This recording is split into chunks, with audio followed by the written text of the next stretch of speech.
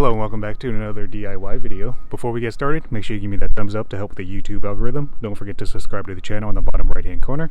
And I'm going to show you how to change out the cabin filter or the pollen filter on this Rover HSE.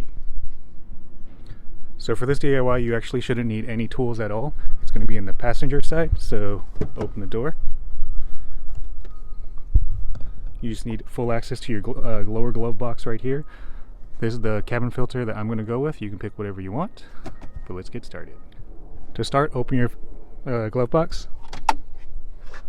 Once this goes down, you're going to see two tabs right here. There's one right here, and then there's the same one on the other side. Right there. Let me zoom out. So the tab right here, you're going to push it down on both sides. So push this down and go to the other side. You're going to push it down. It's going to be hard to see because it's a little dark. Push that down. And that just releases it. There's your cabin filter tray right there. Push the tab. Should open up the tray cover.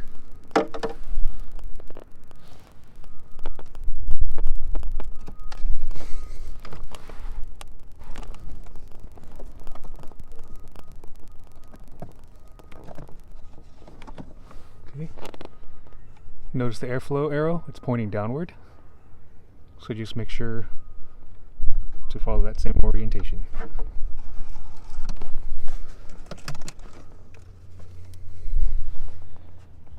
Pretty dirty. Alright, here's my new one. Kind